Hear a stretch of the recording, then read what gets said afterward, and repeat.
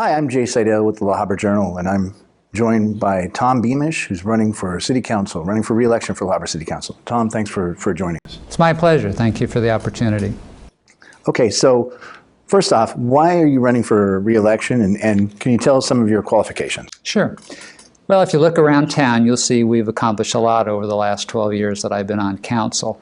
I'd like to keep that continuing, and I just believe there's a lot of work left to be done in the next 2-3 years. So I have a passion still and an eagerness to serve the community, and I think I have a lot to offer with my experience and background. Yeah, can you explain a little bit more about your qualifications? I can, sure. Well, originally I got into this business because my wife and I volunteered around town, and we were on the AYSO soccer board of directors years ago, and I've got involved in the community that way, and was appointed to the Community Services Commission in 1997 and learned more about the other organizations in town, and then appointed to the Planning Commission in 2000 and learned about zoning requirements and CUPs and the business community, and found it really interesting. And I had a real good friend, Steve Anderson, who many of you may know, and he talked me into running actually in 2004. Thought I would be able to contribute, so that's why I wound up running. So I was elected in 2004, re-elected in 2008, and then appointed in 2012 when there was no one opposing us. So through those years, I was mayor in 2009 and 2013. Have enjoyed my time. It's been challenging through bad times and good times. I'm past chairman of the Orange County Sanitation District Board of Directors. And so I own my own business, a small consulting business. Came out of Southern California Edison as a manager, retired after 40-some years. So I have a bachelor's degree in business administration. So all that background has been helpful to me in being a member of the City Council, and look forward to contributing more. Well, great. Now, as a City Council member and resident of La Habra, where do you see La Habra now, and where do you see it potentially going, or the future? Well, today, as we all look around town, I'm sure we all do, we see the tremendous activity going on, and I think La Habra is a town in motion, a lot of energy going on around town, which is really great. The nonprofits in town, the business community, everybody has a real willingness to collaborate and make La Habra a much better place to live, work, and play, as we say. We really live up to our motto, a caring community. Now, originally I moved to La Habra in 1982, and we had 3 children that grew up, went through the schools, and my wife and I volunteered, and we became real involved in the community to make this a better place to live. So as things stand today, I think the City Council over the last 10, 12 years has really built a great foundation for us to go forward. As you know, we paved all our residential streets. We've put a lot of money and time and effort into our waterworks to stabilize rates and to ensure we have an adequate water supply. One of the first decisions I made in 2004 was to contract with LA County Fire Department. That transition from the La Habra Fire Department has been really a blessing, because they have the resources and it's been within budget. So there's many things we've been able to accomplish, and as I said, I think that's the foundation where we sit now, and the energy, enthusiasm is there is to really move La Habra forward into the future. Mm-hmm. So there's a lot of potential to captivate that enthusiasm and build off of it. There really is, and I think one of the things that helped that was the general plan update. That was a 2 or 3 year process where we had community involvement and committees, and everybody really took a look at what La Habra was today and what they'd like to see in the future. And so it's real exciting to be implementing that plan and following its guidelines with regards to development. Another question, one of the main concerns with most cities is public safety.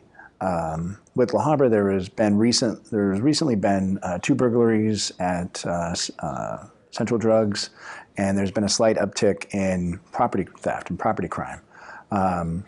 If you're reelected, how would you go about alleviating concerns or letting people in the community know that La Habra is still a safe community, and how would you work with public safety departments? Well, first I would like to say that our police department is great. I appreciate the service they do. Chief Price is a great chief, so I give a lot of credit to them for the programs and policies they've implemented the last few years. Going forward, a lot of people don't know this, but years ago we were budgeted for 76 sworn police officers. Probably 15 years ago, because of budget constraints, they moved that down to 70 budgeted positions. We've just gone back to one, added one, so we're at 71. What I'm proposing to do is I'd like to have that discussion with the chief and the city manager and the council that perhaps we should start looking at, because of the increase in population and development, to budget another 2 positions to get us to 73, and then have that discussion of why did we have 76 15 years ago and why isn't it appropriate now, because that would enhance our public safety factor. The other thing is, I was thinking it'd be really good to have quarterly meetings for the community, to have quarterly meetings with the police chief, say at the community center, so they can dialogue with him their concerns. And then, of course, our police department has been great the last few years with neighborhood policing, the bike patrols. They also have a coffee with the cop every month that I hope people take a part of. The department also has monthly crime reduction meetings, and so they're really trying to focus on those areas that need to have extra patrols or saturation pulls. So we need to have high visibility of our officers in the community, but above all, we need the community to rally around our officers and report suspicious activity, support things that you see. And a lot of people don't do that. Oh, it's no big deal, but it's, again, the whole community needs to be on the watch. And you mentioned Central Drugs, which I'm familiar with, and you may not know James Hardware was broken into I think last Saturday. So it is up. I think some of these propositions that were passed, the prison realignment, the changing of the felonies to misdemeanors, has really affected the uptick in that kind of crime. So we would look at personnel changes, enhancing the number of officers on the street, which will help. Dialoguing with the chief, I think, would be great for the community. And then the other things we've implemented the last few years, keep doing those. Yeah, I think a lot of community engagement and communication is the key. Oh, absolutely, absolutely. I think the coffee with the cop is really great, because you get the community in that area, and you'll notice our officers have been in a lot more functions now, and they used to be really good at doing that. But I think the emphasis the last 2 or 3 years, especially since Chief Price has come on board, is this neighborhood policing, and it's very effective. But we're running, against policies the state creates, and they do these things that create problems for us. Right. You just got to kind of work with what you got. But yeah, there's a higher visibility with the La Habra Police Department. Sure. There's an initiative right now where Governor Brown wants to do away with enhancements, and I know the police chiefs around California are against that. So everybody in our community, just get somewhat active. We need to be talking to our state senators and assembly folks. So I have a good relationship with our police department. The Police Association has endorsed me for my campaign, so I've had good relations over the years with them. That's important. You already also addressed the resources gained for fire as well, when we contracted out with La Habra, or LA County Fire. LA County Fire. I have the fire local endorsement also. The thing with fire department, it turned out to be a really great contract. It's known as the Habra contract, and a lot of other cities would like that, but it's so good, LA County doesn't give that out anymore. But it's great, because when the Yorba Linda fire was going out there, you have the resources of the entire LA County Fire Department behind you. And they lined up on the 57 freeway and said, this fire isn't getting across this freeway, and it didn't. That's good. So great service to the community. It's always been within budget. We just extended their contract 5 years, so it's been a really good relationship. And by going with that contract, it's really decrease our unfunded liabilities if you get into the budget arena, so which is really beneficial in the long term. And the big picture for the city as well. Yes, yes. Now, you touched on it too about the development the activity that's going around the city as far as with new home construction and the apartments that are being built on Beach Boulevard. Yes. So there's an increase of residents and an increase in construction. However, you can drive around La Habra and still see some empty commercial properties, like along Whittier Boulevard and where the car wash used to be, and Harbor Boulevard, where Birch Ford used to be. I know the city is limited, city council is limited on what they can do when it comes to economic development and getting corporations here. But if reelected, what do you see that you can do from the city standpoint to help invigorate economic development for the community? Well, I think you're seeing the beginning of that, and a really good example of that is the apartment complex on Beach Boulevard, because Black Bear Restaurant came in, and I think they're looking at demographics, and they're looking at the residential development in town and say, this is a great place to have this restaurant. They can see all their customers coming across the street. And that's the thing, the residential development is kind of the catalyst to bring in quality businesses. We've done well over the years by getting a Sprouts in here and many businesses that do a good job for us. But as you have the Cerveto project, which is homes on Whittier Boulevard, and other infill developments that have been going on in town, that's what's generating the excitement and the energy, because you need the customers to fill the stores, but which is first. So businesses want to see that customer base there. You mentioned Whittier Boulevard Hacienda. Well, I'm happy to say that is in the process of being developed. A Chase Bank is proposed to go in there, and coincidentally a different type of car wash, but a car wash is going to go in there. An auto parts store, Starbucks is going to go over there, and I think there's another couple of pads, maybe a In-N-Out burger, and so there's a lot of that. There's potentially an Aldi supermarket down next to Howard's on Imperial. Of course, Northgate, as you know, is now moving up to the Whittier complex. So that, if you go by there, you'll see all that construction activity. So that whole Whittier Boulevard area is being developed as we speak. Now, then it goes to La Habra Boulevard, if you want to start going street by street. With the City Hall move across the street, which is really a benefit to the city, then where the City Hall currently exists, there's another 70 or so homes going in there. So I see that as the catalyst to finally get something going on La Habra Boulevard, because people start seeing with the Rio development across from the Children's Museum, you have, again, more customers. Right. We need to take a look at that. So Birch property has been an issue, and again, it's just finding the right fit for that. And that's what's nice about the general plan update, is we have gone through the community involvement and process that we're going to more mixed use, higher densities.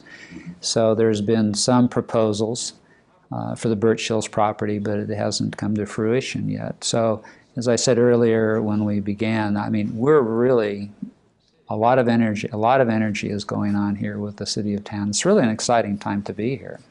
Yeah, it seems like it. It's interesting because the community, it gets excited about the changes, but yet people don't like change. So it's one of those things you just got to kind of reassure the community that, especially as city council, to we're working with you and communicate with you about what they want and what might be best for La Habra. Well, and I agree. And what I would really encourage the residents and community members here is to be part of the process. When we have public hearings, it's kind of sad when we have nobody show up. Maybe that's saying we're doing a good job, but yet at the same time, I like the input because I like to hear people's opinions. I like to study both sides of an issue. So, for instance, when the apartment complex in Beach went through, there is very little public input, and it would have been a value to have. So that's going to be, right now it doesn't look so great, it looks like a big monster over there, but it's going to be a beautiful building once it's done and revitalize that part of town. Of course, the big concern for us is traffic and congestion with all these projects. Unfortunately for La Habra, we don't have a freeway. I actually think that's good, but we have a lot of cut-through traffic from the 60 and the 57 freeway. Because over my part of town, over northeast part of La Habra, you know, in the mornings and the afternoons, people are cutting off the 57 to bypass the 5760 exchange. So that happens because of a robust economy. So as you have more development and people are going to their jobs or cutting through La Habra. But so when we look at a proposal, we try to mitigate those impacts as best we can, and it's very helpful to have the community provide input on those types of issues. Yeah, the communication and dialogue is really important. Oh, it's extremely important, and because at the local level, this is really where issues and policies can affect your life. And so it's important to call us at the council. We're all very available. We're always open to talk to constituents and businesses and residents. One of the reasons I formed the ad hoc economic committee was to have that exchange with businesses in town. So we're pretty much always available, you know, within a day or two. So please, encourage your readers and viewers to contact us on any of these issues. We're happy to talk to the folks. And then the last question, what's something that, well, you've been in the community for a while, but what's something that you might want to share with the community about you that maybe they don't know? I play in a rock and roll band occasionally. I guess they probably do know this. I just have always had a passion to serve the city of La Habra and the community in general. You know, we've lived here since 1982. As I said, my kids have grown up here. We were involved in all the things the kids did, the Depot Theater, AYSO soccer, cheerleading at Sonora High School. So we wanted, my wife and I, to be part of the community that contributed. We wanted to help build La Habra so our kids would have a great place to grow up and live in, and they did. I have grandchildren now living in Habra, so it kind of continues forward. So, you know, I really do enjoy meeting business owners and residents and having the opportunity to speak with them one-on-one. So I think I've been around long enough.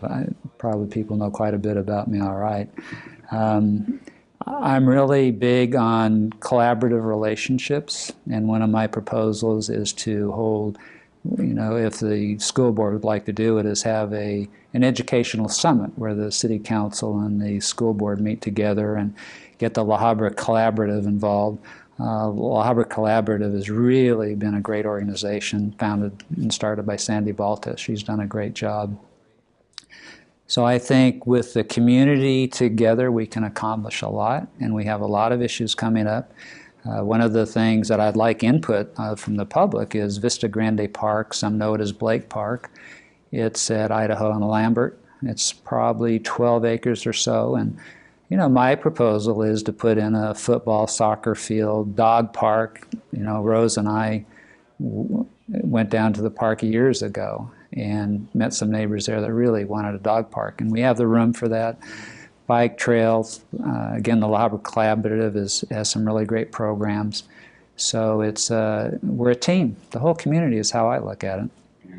And that's the thing too. It seems, you know, among other cities too, La Habra is this, maybe because there's no freeways or because we're more of a destination kind of city, that we do have this tendency to get together. And I think the important part is to have the conversation, have the open dialogue with community and city and nonprofits and that kind of stuff. Oh, absolutely.